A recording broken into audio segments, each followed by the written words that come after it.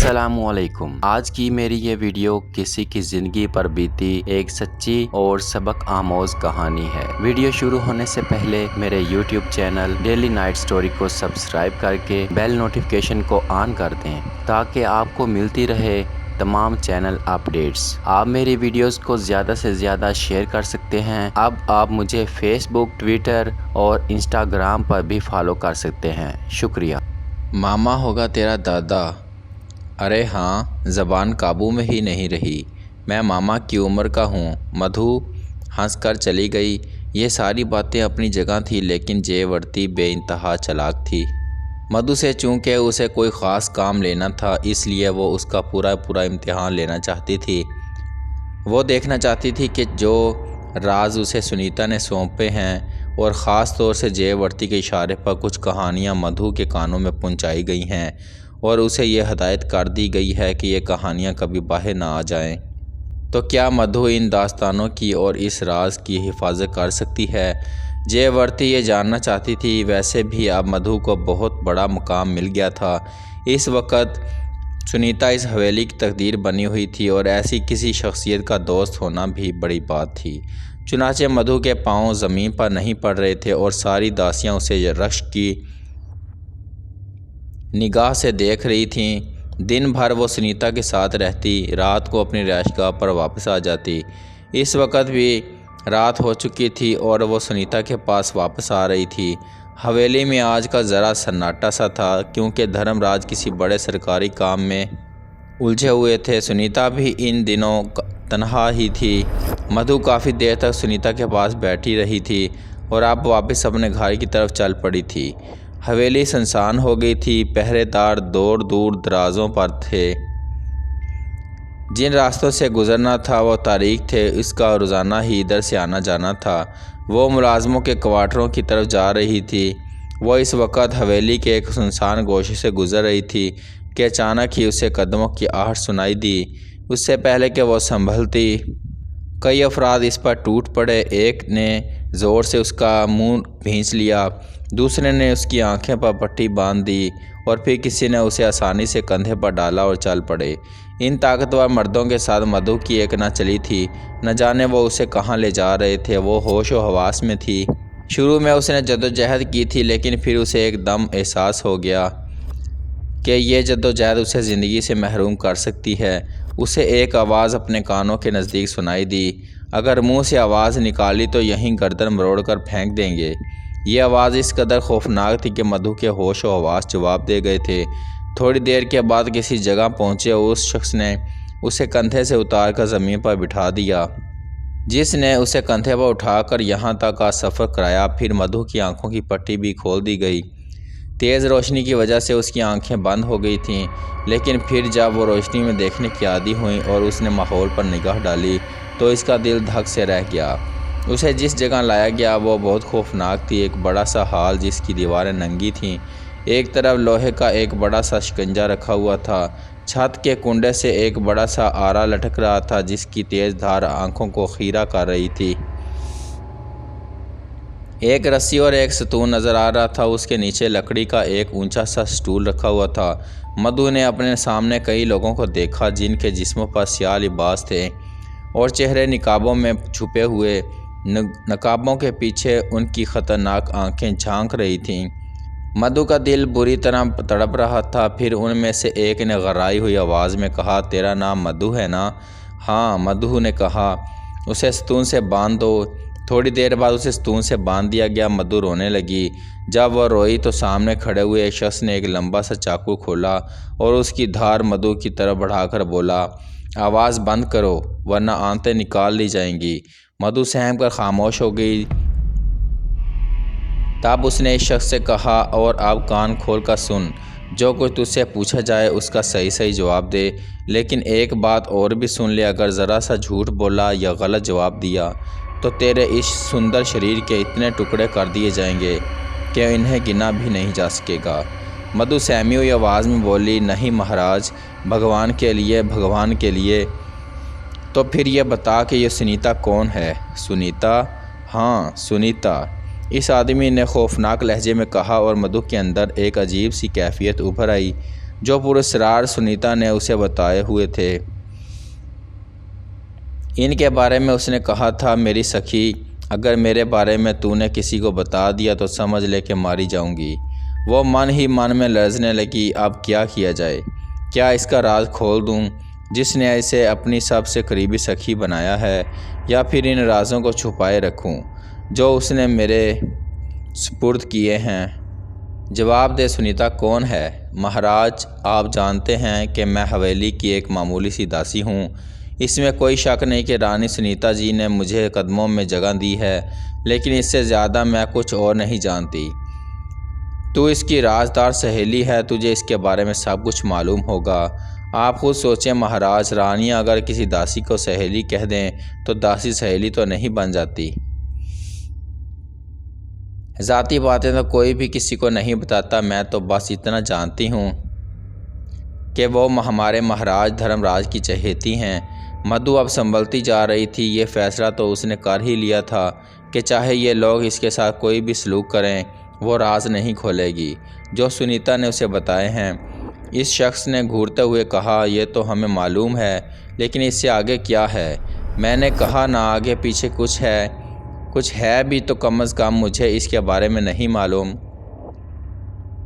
गलत। हमें इत्तला मिली है कि सुनीता ने तुझे अपना इतना राजदार बना लिया है कि उसने अपने माजी के बारे में भी तुझे तफसीलात बता दी हैं, मगर लगता है तू ऐसे नहीं बताएगी। चलो तुम लोग सलाखें गर्म करो, इस आदमी ने कहा, और दो आदमी अंगीठी में कोयले सुलगाने लगे। फिर जब कोयले धक गए तो उनके ऊपर लोहे की दो गोल नोकदार सलाखें रख दी गईं। उस शख्स ने कहा, अभी चंद मिनट के बाद तेरी ये खूबसूरत आंखें अंदर कर दी जाएंगी, फिर तू दुनिया में किसी को नहीं दे सकेगी। अगर तू जीवन बचाना चाहती है तो जवाब दे। अगर तुम मेरे साथ यही सलूक करना चाहते हो तो तुम्हारी मर्ज़ी, लेकिन मेरे इल्म में जो बातें हैं वो सिर्फ़ इतनी ही हैं कि वो गजन सिंह महाराज की भतीजी है। वो और धर्मराज महाराज ने उसे शादी की है। इससे ज़्यादा मैं कुछ नहीं जानती। मैं कह रहा हूँ ना कि हमें इतला मिली है कि तू उससे ज़्यादा जानती है, और मैं कह रही हूँ कि इससे ज़्यादा मुझे और कुछ नहीं मालूम। तुम जिससे चाहो पूछ लो। एक खूनख्वार शख्स ने कहा, तू ही बताएगी, उसने गर्राई हुई आवाज़ में कहा। फिर थोड़ी देर बाद सलाखें गर्म होकर आ गईं और एक आदमी उनके दस्ते पकड़े उन्हें मधु की आंखों की सीध में किए आगे बढ़ने लगा।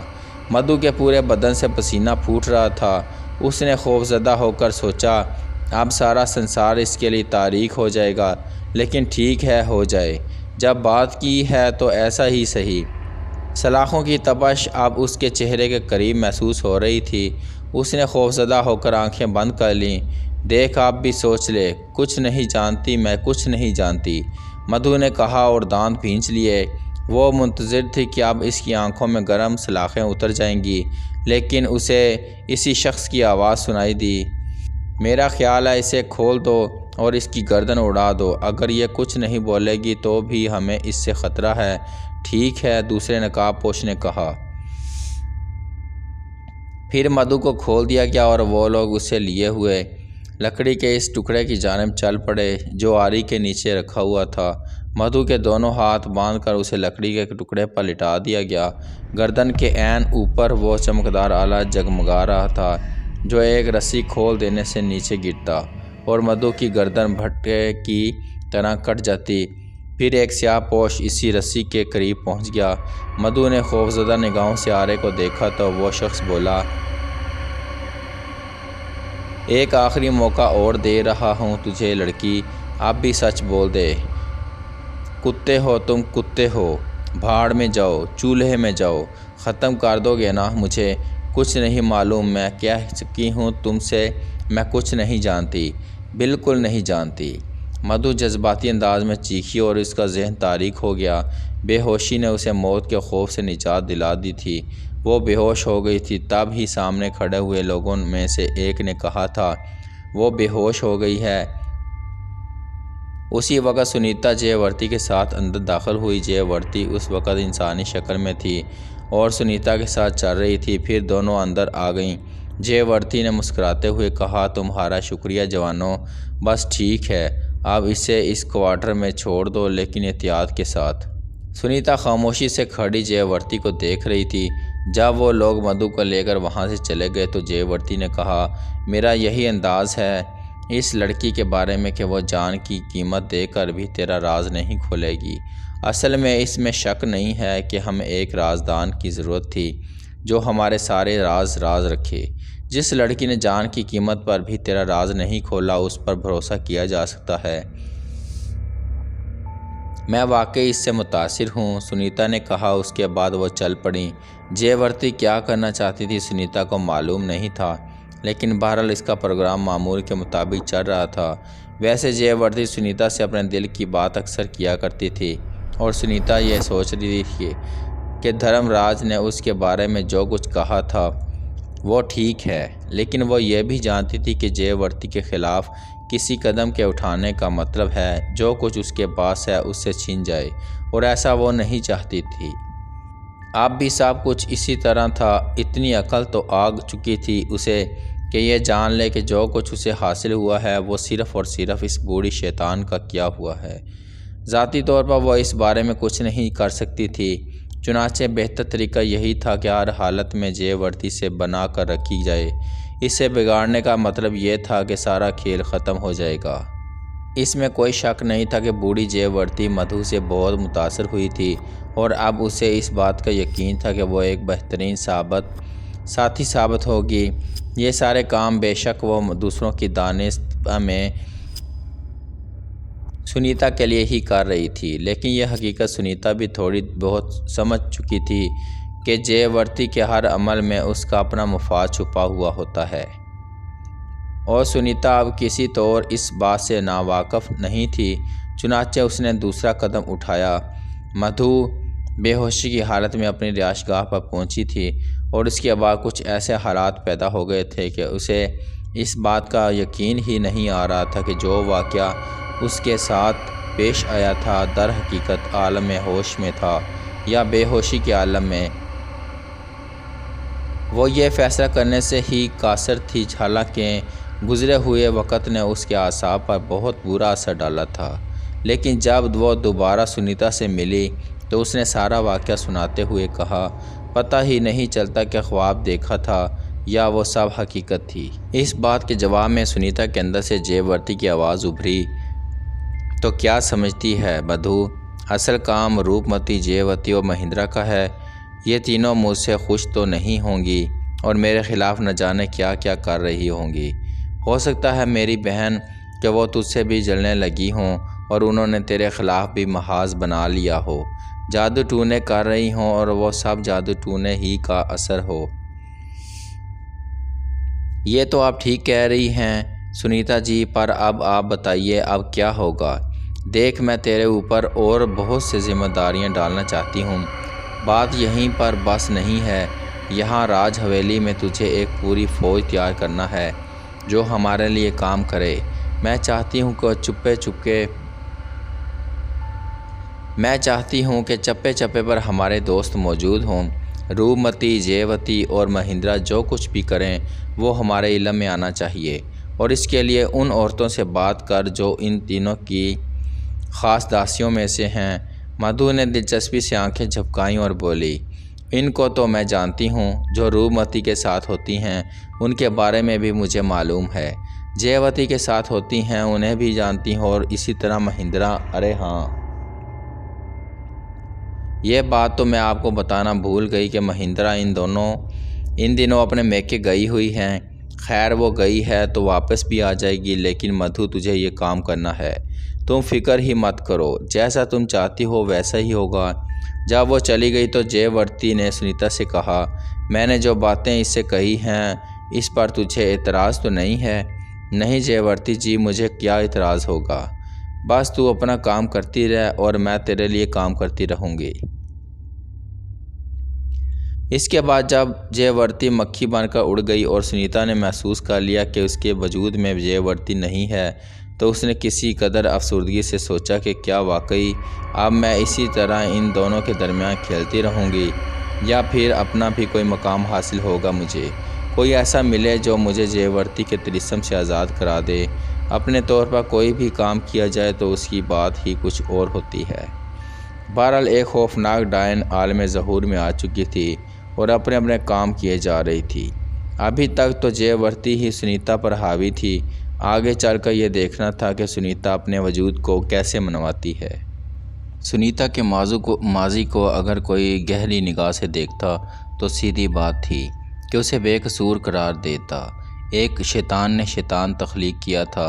ये तो एक मासूम सी बच्ची थी जो अपने माँ बाप के ज़ेरे साया परवरिश पा रही थी, और फिर वो एक हादसा था, उसे गोश्त और खून खाने पर मजबूर कर दिया गया था, और उसके बाद ज़माने के हाथ न जाने उसे कहाँ कहाँ ले जा रहे थे। बेशक उर्फ़ आम में डायन कहा जा सकता था। वो एक डायन थी जो इंसानी कलेजे खाती जाती थी, इंसानी खून पी जाती थी, लेकिन उसका पस मंज़र बड़ा ही दर्दनाक था, जिसे जानने वाले अच्छी तरह जानते थे। और फिर ये तो इंसानी फितरत है कि वक़्त उसे जिस भट्टी में डाल दे वो उसी से तप कर निकलता है। सोने पर सुहागा ये कि जयवर्ती मिल गई, एक बदरूह, एक चुड़ैल, जिसने न जाने कैसे कैसे जाल डालकर सुनीता को इन हंगामों में फंसा दिया था। एक तरफ धर्मराज इसके जाल में गिरफ्तार था, तो दूसरी तरफ उसकी बीवियों ने अपने हकूक़ की हिफाजत के लिए न जाने कैसे कैसे खेल खेल रहे थे। वो अपना सब कुछ गंवाए दे रही थी। दुनिया के रंग ही निराले होते हैं। रूपमती सुंदरनाथ के खेल में फंसी हुई थी और महिंद्रा महाराज संबोला सिंह के जाल में गिरफ्तार थी।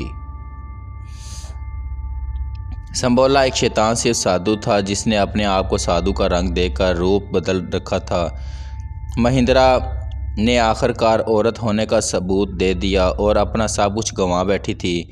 गुजरी हुई रात की सुबह उसके लिए अजीब हैसियत रखती थी। उसे संबोला कभी भेड़िया नज़र आता और कभी महान साधु, लेकिन जिस आग में वो जल रही थी उसमें उसे सब कुछ गंवारा था। उधर संबोला शैतान इतनी खूबसूरत औरत पाकर बहुत खुश था। उसने नाश्ते वगैरह करके बंदोबस्त कर रखा था और उस वक़्त भी अपने चेहरे पर बड़ा जलाल लाए हुए था। उसने महिंद्रा को देखा और भारी लहजे में बोला, क्या बात है महिंद्रा, उदास क्यों हो? नहीं महाराज, बस किसी से इसका घर छीन जाए तो आप खुद समझ सकते हैं, वो खुश तो नहीं रह सकता ना। किसने छीना है तेरा घर, और कौन छीन सकेगा तेरा घर हमारे होते हुए? क्या तुझे हमारे कदमों में सुकून नहीं मिला? क्यों नहीं महाराज, आपके कदमों में तो सुकून ही सुकून है। पूरे 3 दिन गुजारने होंगे तुझे यहाँ। मैं 3 दिन तक एक मंत्र पढ़ूँगा। अपने कोचवान को वापस भेज दे और उसे कह दे कि तीसरे दिन आ जाए। संबोला सिंह इस गोहरे नायाब से पूरा फ़ायदा उठाना चाहता था। इतनी हसीन लड़की हाथ आई थी उसे तो नहीं छोड़ा जा सकता था।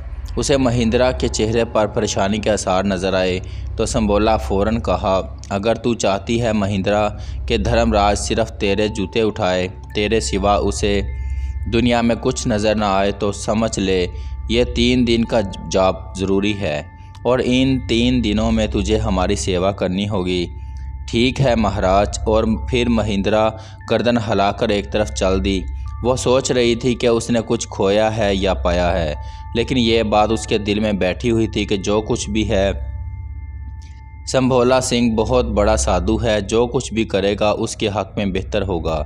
दुनिया में किसको पता चलेगा? उसके माँ बाप तो किसी को बताने से रहे कि उनकी बेटी 3 रातें एक शैतान नुमा साधु के पास गुजार कर आई है और उसने शैतान को अपना सब कुछ दे डाला है।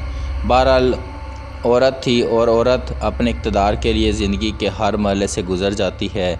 वो संबोला सिंह के इशारों पर चलती रही। उस वक़्त भी वो संबोला सिंह के पास पहुंची तो शाम के सन्नाटे फ़िज़ाओं में उतर रहे थे। एक अजीब सा हौलनाक माहौल मंदिर का हो रहा था। मंदिर तो यह मालूम ही नहीं होता था। मंदिरों में तो पूजा होती है, भगवान का नाम लिया जाता है, लेकिन ये सुनसान मंदिर, पता नहीं इसके भगवान कहाँ थे। हाँ, जब वो अंदर पहुंची तो संबोला एक मूर्ति के कदमों में सर झुकाए बैठा था। काफ़ी देर तक वो इसी तरह बैठा रहा। फिर उसने गर्दन उठाई और महिंद्रा को देखकर बोली, जो कुछ हम तेरे लिए कर रहे हैं संसार में कभी किसी ने किसी के लिए नहीं किया होगा। हाँ, ज़रा वहाँ के किस्से तो सुना जहाँ तू ज़िंदगी गुजार रही है। क्या बताऊँ महाराज, बस आप समझ लीजिए कि धर्मराज मेरे चरणों में रहते थे, मेरे पाँव धो धो कर पीते थे, लेकिन वक्त बिगड़ता चला गया और अब सुनीता नाम की एक लड़की ने तो सब कुछ ही छीन लिया। अब तो कुछ भी नहीं रहा है। हमारा रूपमती जयवती है और मैं हूँ, लेकिन सब अब धर्मराज को तरस रही हैं। संबोला सिंह के दिल में लालच भर आया। उसने सारी कहानी सुनाई और फिर दिल में सोचा कि एक ऐसी जगह तो उसके लिए बड़ी कारम हो सकती है। दौलत की दौलत और दुनिया का बेहतरीन हुस्न, वो अपनी चालाकियों में से वहाँ एक ऐसा जाल बिछा सकता है जिससे उसके ऐशो याश हो जाएं। चुनाचे उसने कहा, तो बिल्कुल फ़िक्र ना कर महेंद्रा, हम तुझे इतनी ताकत देंगे कि वहाँ पर सिर्फ तेरा नाम लिया जाएगा, बाकी सब के चिराग बुझ जाएंगे। लेकिन लगता है कि हमें खुद धर्मराज के घर आना पड़ेगा। इस हवेली में आकर हम सब कुछ कर सकते हैं। खैर तू फिक्र मत कर, तेरे दुश्मनों को जो नुकसान पहुँचेगा उसके बारे में तू सोच भी नहीं सकती। मैं ज़िंदगी भर आपकी दासी रहूँगी। दासी नहीं, हमारी मनमोहनी रहेगी। तू क्या समझी? संबोला ने कहा और उसकी आंखों में शैतान नाचने लगा। यह कहानी महिंद्रा की थी और दूसरी कहानियां भी साथ साथ चल रही थी। गरदारी लाल एक कमीना सिर्फ इंसान था, बाकी सारे खेल तो अपनी जगह। खुद उसकी अपनी ज़िंदगी में जो कुछ भी था वो भी अलग नौइयत का था, लेकिन यह अचानक ही उसे दौलत मिल गई थी, इसका तो कोई जवाब भी नहीं। लाल ये दौलत उसे जयवती की शक्ल में मिली थी और जयवती ने अपने तौर पर गरदारी लाल को अपने कब्ज़े में करके जैसे सब कुछ हासिल कर लिया था। लेकिन गरदारी बेवकूफ़ नहीं था। उसे बहुत जल्द अंदाज़ा हो गया था कि जयवती असल में उससे क्या चाहती है। वो जानता था कि एक औरत अपने तौर पर कितना खेल खेल सकती है। वह एक चालाक आदमी था और उसे यह बात अच्छी तरह मालूम थी कि जयवती अब आँख से टिपका हुआ आंसू है जो कभी आँख में वापस नहीं जा सकता। धर्मराज इन दिनों सुनीता के जाल में है और इस जैसे शख्स के बारे में भी नहीं कहा जा सकता कि अब वो सुनीता की मुश्किल से निकल आए और उसके बाद सुनीता की जगह कोई और होगी और सुनीता भी इसी तरह तड़प रही होगी जैसे अब वो दोनों। वो धर्मराज की निगाह में जो हैसियत रखता था, एक औरत के लिए गंवा देने को तैयार नहीं था। इस बात का एतराफ़ खुद गरदारी ने भी किया था कि सुनीता बज़ाते खुद हुसीन ही नहीं बल्कि एक चालाक लड़की भी थी। रात को जब वो जयवती के पास पहुंचा तो उसके साथ एक और ख़ूबसूरत जवान भी था जिसको न जाने कहां से सिखा पढ़ा कर लाया था। गरदारी लाल ने इसका तारुफ कराते हुए कहा, यह मेरा भतीजा है, शंकर नाम है इसका। तुम यूं करो, इसे अपने पास रखो, ये तुम्हारे लिए सब कुछ करेगा। मगर करेगा क्या महाराज? जयवती ने पूछा। ठहरो, मैं अभी तुम्हें बताता हूँ।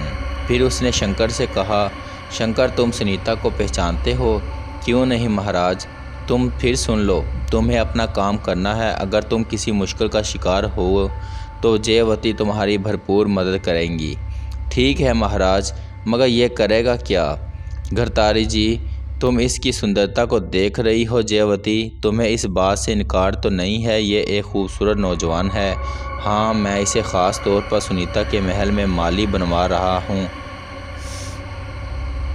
ये बहुत समझदार आदमी है। सुनीता रोज़ाना बाग में जाती है और ये रोज़ उसे मिलेगा और फिर अपनी कोशिशों से सुनीता को अपनी तरफ मुतवज्जो करेगा। अगर ऐसा ना भी कर सका तो आहिस्ता आहिस्ता दूसरों पर यह ज़ाहिर करेगा कि सुनीता इसे प्रेम करती है और एक दिन हम एक ड्रामा करेंगे।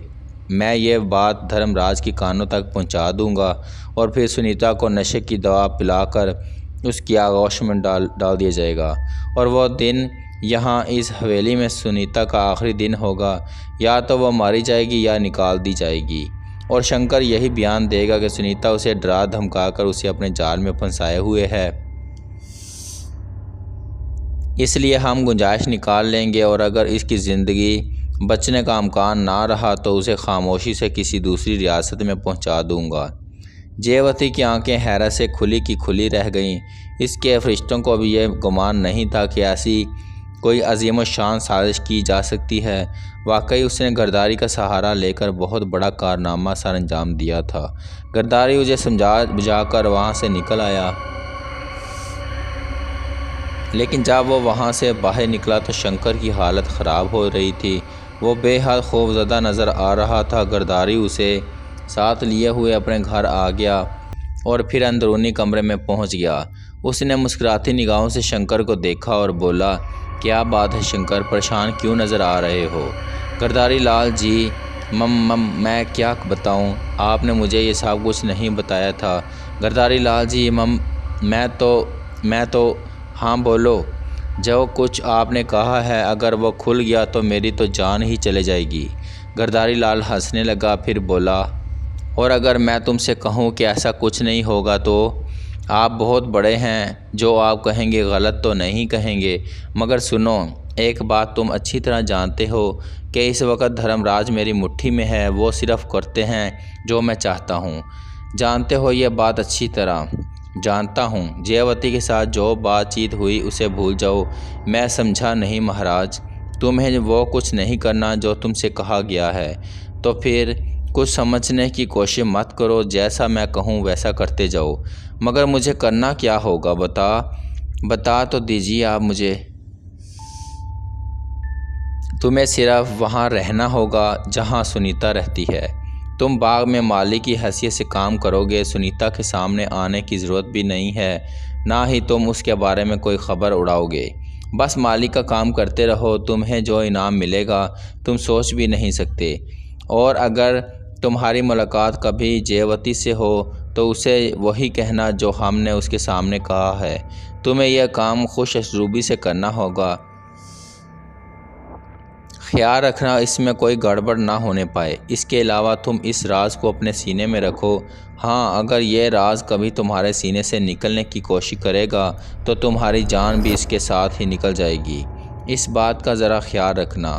ठीक है महाराज, ख्याल रखूँगा, शंकर ने कहा। बस यही कहना था तुमसे, अब जाओ, कल सुबह मेरे पास आना। शंकर के जाने के बाद गर्दारी के होंठों पर मुस्कुराहट फैल गई। उसके मुंह से बड़बड़ाहट निकली। इन बड़े लोगों के भी क्या खेल होते हैं, कैसे मज़े के खेल हो रहे हैं इस हवेली में। जब बेशुमार अफराद ऐसे हैं जो ये मुख्तलिफ़ खेल रोटी खाने के लिए करते हैं ताकि इनका और उनके बच्चों का पेट भर जाए, और यही रोटी का कोई मसला ही नहीं है। और यहाँ रोटी का कोई मसला ही नहीं है। वाह भगवान, तेरा संसार। आखिरकार महिंद्रा वापस आ गई। उसे अंदाज़ा था जब वो मर गई थी तब भी धर्मराज ने उससे जाने के बारे में नहीं पूछा था, और अब वो आ गई थी और उसने धर्मराज को अपने आने की इत्तला भिजवा दी थी, लेकिन उन्होंने इस तरफ का रुख भी नहीं किया था। महिंद्रा का बस नहीं चलता था कि वो सुनीता की बोटियां चबा ले। वो जानती थी कि उसकी वजह से सिर्फ सुनीता है, उसके सिवा धर्मराज को कोई याद नहीं रहा था। फिर इसी शाम बाग में उसकी मुलाकात जयवती से हो गई और जयवती उसके करीब पहुंच गई। कैसी हो महिंद्रा? जैसी तुम हो, महिंद्रा ने जवाब दिया। जयवती ने उसकी बात का बुरा माने बगैर ठंडी सांस लेकर कहा, हाँ, तकदीर ने हम दोनों को दुखी कर दिया है। हमारा इंसाफ कौन करेगा? भगवान ही जाने। दोनों देर तक इस सूरत हाल का जायज़ा लेती रहीं। सामने हवेली का बड़ा गेट था और अचानक ही उन्होंने उस गेट से एक त्योकामत साधु को अंदर आते देखा। महिंद्रा का दिल खुशी से उछल पड़ा और वो इन सुर्ख आंखों से बखूबी वाकिफ़ थी, लेकिन इस वक्त जो ख़ास चीज़ उसके लिए हैरानकुन थी वो संबोला सिंह के गले में पड़ा हुआ एक खूबसूरत अजदहा था। संबोला का लिबास सिर्फ निचले बदन पर था। अजदहे का सर संबोला सिंह के सर पर रखा हुआ था और संबोला आहिस्ता आहिस्ता आगे बढ़ रहा था। अजदहे की वजह से दरबानों ने भी संबोला को अंदर आने की इजाज़त दे दी थी। फिर दूसरे लोगों ने भी संबोला को देख लिया, यहाँ तक कि शोर शराबे की आवाज़ सुनकर धर्मराज बाहर भी निकल आए। संबोला के चेहरे पर एक अजीब सा जलाल था और महिंद्रा मोहब्बत भरी नज़रों से उसे देख रही थी। जयवती खौफज़दा हो गई थी। उसने आहिस्ता से कहा, ये तो कोई बहुत महान साधु लगते हैं। हाँ, धर्मराज संबोला को देखता है रहा। संबोला सिंह उसके पास पहुंच गई। क्या तुझे इस बात का ख्याल नहीं कि साधुओं के आगे सर झुकाए जाते हैं? तेरा सर हमारे सामने कैसे उठा हुआ है। उसने कहा, आप कैसी बातें कर रहे हैं महाराज, क्या आप ये नहीं जानते कि ये कौन है। एक गुलाम ने कहा, और तू जानता है कि हम कौन हैं। संबोला ने एक हाथ ऊंचा किया और अजदहा अपना बल खोलने लगा और फिर उसने अपना फन नीचे किया और ज़मीन पर आ गया। बहुत से लोग घबराकर पीछे हट गए थे। खुद धर्मराज के चेहरे पर भी खौफ के आसार फैल गए थे, लेकिन उससे पहले कि वो पीछे हटता संबोला लाने लगा। संभोला ने कहा, अपनी जगह से हिलने की कोशिश मत करना धर्मराज। धर्मराज बुत बनकर रह गया था। वो फटी फटी आंखों से अजदहे को अपनी तरफ बढ़ते हुए देख रहा था। अजदहे ने अपने फन को सिकोड़ा और उसके बाद उसने अपने मुंह से एक फंकारी निकाली और दूसरे लम्हे वो धर्मराज पर लपका और उसने धर्मराज के लिबास में मुंह डाल दिया। धर्मराज के मुंह से दहशत भरी चीख निकल गई। बहुत से लोग दहशत से चीख पड़े। पहरेदारों ने बंदूकें संभाल लीं, लेकिन जब अजदहे का फन पीछे आया तो उसके मुंह में काले रंग का एक खौफनाक सांप दबा हुआ था, जो पूरी तरह लहरा रहा था और फंकारें मार रहा था। हर फंकार के बाद उसके मुंह से आग की चिंगारियां निकल पड़ी थीं। आसपास बुरी तरह भगदड़ मच गई। लोग उछल उछल कर ऊंची जगह तलाश करने लगे। दर हकीकत ये सांप अगर अजदहे के मुंह से आज़ाद हो जाता तो बड़ी तबाही फैलाता। धर्मराज तो खौफजदा हो गया था। उसे ये अंदाज़ा हो गया था कि यह सांप उसके लिबास से नमूदार हुआ है। अजदहे ने सांप को बुरी तरह पकड़ रखा था। फिर एक झटके से उसने स्याह रंग के नाक को निगल लिया और संबोला के होंठों पर पुरस्रार मुस्कुराहट फैल गई। अजदहा आहिस्ता आहिस्ता उसके जिस्म की तरफ बढ़ा, जिस्म पर चढ़ा और फिर उसने अपना चौड़ा फन पहले की तरह संबोला के सर पर फैला दिया। बस धर्मराज, इतनी सी देर के लिए और उस काम के लिए हम तेरे महल में आए थे। अब हम जा रहे हैं। अगर ये सांप चंद मिनट और ना पकड़ा जाता तो ये तेरे लिबास में छुप चुका होता। तू नहीं जानता है, ऐसे बहुत से सांप तेरे गिर्द फैले हुए हैं, मगर साधुओं को इससे क्या। हाँ, जब तुझे कोई परेशानी हो तो हमें आवाज़ दे लेना, हम इन सांपों से तुझे निजात दिला देंगे। संबोला वापसी के लिए मुड़ा तो अचानक ही धर्मराज तेजी से आगे बढ़कर संबोला के पास पहुंच गया। जीवन बचाया है महाराज ने, मेरी थोड़ी सी मेहरबानी और कीजिए, थोड़ी इज्जत और दीजिए। हम जंगलों के बासी हैं धर्मराज, भला तेरी इस हवेली में हमारा क्या दिल लगेगा। तू हमें क्या इज्जत दे सकेगा। आपका दास हूँ और आप जानते हैं कि मेरे गिर्द सांप फैले हुए हैं। तू मुझे अकेला मत छोड़िए। हमें मजबूर न कर धर्मराज, हम तेरी जान बचाने के लिए आए थे, सो हमने अपना काम कर दिया। अब भला हमारा क्या काम। नहीं, मैं आपको ऐसे नहीं जाने दूंगा। नहीं, मैं आपको ऐसे नहीं जाने दूंगा। बहरहाल संबोला ने अपना असर जमा लिया था। जयवती का चेहरा तो खौफ से पीला पड़ा हुआ था, लेकिन महिंद्रा के चेहरे पर फूल खिले हुए थे। वो मुसलसल इस ड्रामे को देख रही थी और उसे यकीन हो गया था कि बदन की रिश्वत पेश करने का पूरा सिला मिल रहा है। वाकई इसके बुरे दिन ख़त्म हो गए हैं। अब उसके सामने किसी का चिराग नहीं चल सकेगा। सारी बातें अपनी जगह। उससे पहले, बल्कि बहुत पहले, जब उसकी मुलाकात संबोला से हुई थी तो उसे ये एहसास हुआ था कि साधु जी महाराज अपनी आंखों से शैतान नज़र आते हैं। इसलिए उसने इनसे बचने की कोशिश की थी, क्योंकि इस वक्त उनकी आंखों में धर्मराज सजे हुए थे। लेकिन अब संबोला की कुर्बत से दो चार होने के बाद उसे संबोला संसार का सबसे हसीन मर्द मालूम हो रहा था।